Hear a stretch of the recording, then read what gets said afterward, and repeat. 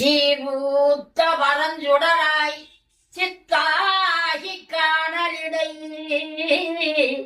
நீர்மூத்த ஜன உலக நிறைந்தொழிதன் பாற்றோன்ற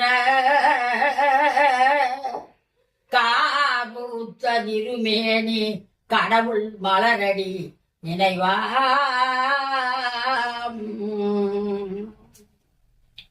சீர்மூத்த மெய்யோன் சியகம்பூத்தோன் பைந்துளவ தார்மூத்த மார்வன் இரு தாமரை பாதம் தொடுவேன்.